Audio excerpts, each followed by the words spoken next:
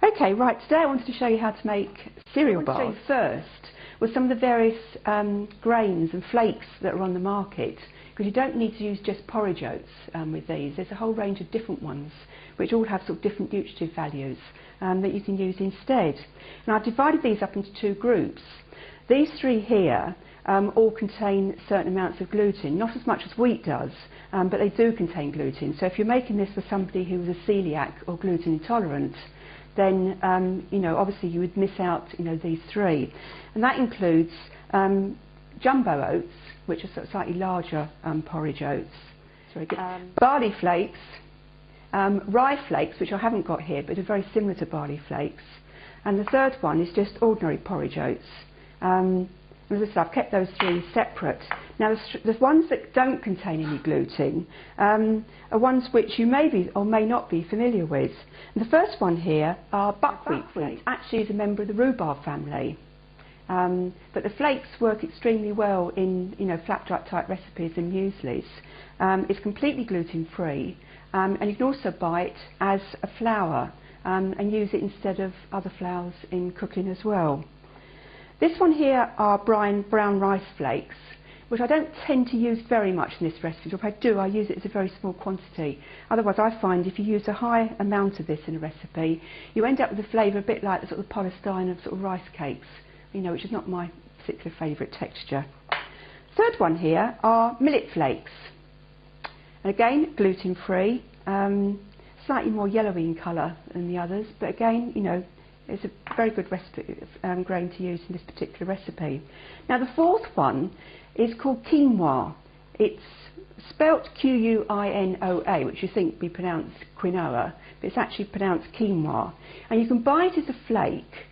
You can also buy it in a flour form, and you can also buy it in little granules in the seeds that it comes in, which could be cooked exactly like rice and used in exactly the same way as you would use rice. I quite like it when I've cooked it for about 15 minutes, and then you can mix it in with grated beetroot and a French dressing, or you can work it like a taboulet and add lots of parsley and mint to it in the French dressing. But quinoa is a very special grain. It's actually classed as a fruit, and it comes from Peru, like Paddington Bear, and its protein content is much, much higher than any of the other grains. It's almost equivalent to eggs. So it's a very good source of adding protein to the diet. So I do use it quite a lot in grain and as a flour and in its natural seed form as well. Right, now cereal bars. In the bowl here I've got 100 grams of softened butter. You don't want to use it straight from the fridge, otherwise it's impossible to try and mix all the ingredients together. If you wanted to use a dairy-free spread, for those who are avoiding dairy in their diet, then you could use that. I have used half butter and half of a mild olive oil before now, and that's worked equally successfully as well. So there's 100 grams of butter, and then in here I've got 75 grams, which is the only amount of sugar that's going into the recipe, of dark molasses sugar, or you could use muscovado sugar as well. You do need to watch this, because if you've had the packet open for any length of time, then it does tend to dry out and it forms little hard lumps. And if you're not careful, you mix it into ingredients, you get these sort of little hard balls of the sugar, unmixed into the mixture. If it does get somewhat hard, then you can warm it up in a low oven or a gentle microwave, just to try and get rid of the lumps in the sugar. Sometimes even when you bought it from the supermarket, what I always do is give the packets a squeeze. And if they feel nice and soft inside, then I'll buy it. If it feels rock hard, then I leave it on the shelf. So that's 75 grams of the dark muscovado sugar in here, and then mix that in with a wooden spoon. Now you might need to find you need to sort of squash it against the side of the bowl to try and incorporate the sugar into the butter. And also if there are any little lumps of the sugar, then you can sort of squash them out against the side as well. You're not trying to beat air into this mixture as if you make a Victoria sandwich, you're just trying to make the ingredients amalgamate together. That's now creamed together, and you can then add all your other ingredients. Now in here I've got a mixture of 3 different grains which I'm going to use in this recipe, but as I said before, you can change and adapt these to whatever you've got in the food cupboard. I've got 75 grams of porridge oats, 50 grams of buckwheat flakes, and 50 grams of quinoa flakes. So you've got 175 grams of flakes altogether, and that goes into the bowl. Other extras I'm going to add to this is 50 grams of desiccated coconut, and then I've got some seeds which I'm also going to add to this. I'm going to add a tablespoon of all of these seeds into here. Now the advantage of using grains and seeds is that you're using it in its seed form, and it contains lots of nutrients in that seed ready for the plant to germinate and grow before it starts to develop leaves and grow roots. So it can get its own nutrients, you know, from the soil.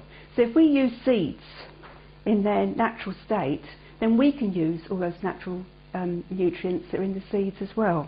So I'm going to add a tablespoon of each of these. I've got sunflower seeds,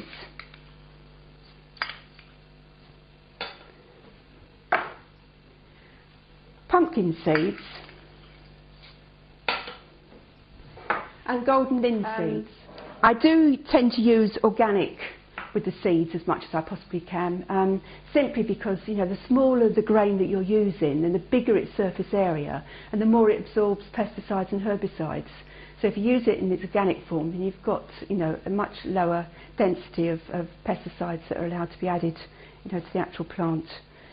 And then you've got a choice of flavours. Now I'm going to use some chopped chocolate and some raisins, but you could use any dried fruit or nuts in with this as well. You want to put a total of about 125 grams altogether. I've got 50 grams of raisins and 75 grams of chocolate, which I've already previously chopped up. You can use chocolate chips if you wanted to, but personally I find that lots of the chocolate chips that are on the market, you know, aren't always a very good quality chocolate, so I tend to avoid those and usually buy you know, good quality dark chocolate that's got at least 70% cocoa solids, and use that and just chop it up beforehand. And then to this I'm going to add 2 eggs, which will help to bind the ingredients together.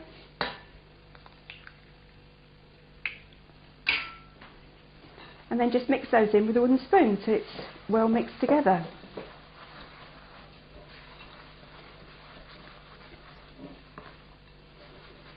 It really is as easy as that.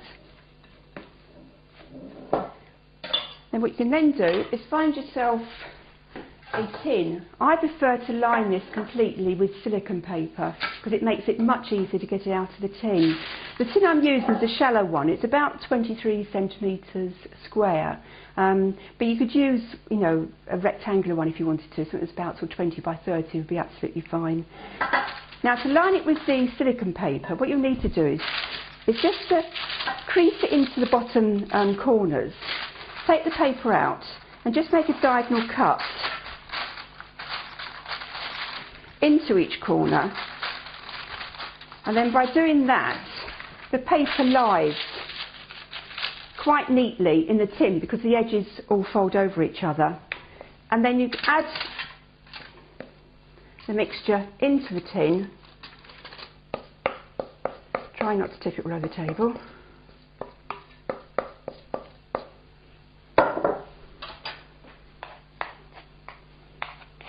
And then just smooth it down so it goes into the corners. Don't worry if it's not completely flat, because when it gets into the oven then the mixture is going to melt and it'll find its own level. Right, so once you've smoothed it down into the tin, then that goes into an oven at 180 degrees centigrade, which is gas mark 4, on a medium shelf, not too high in the oven, otherwise it will brown too quickly, and it will take somewhere around sort of 30-35 minutes.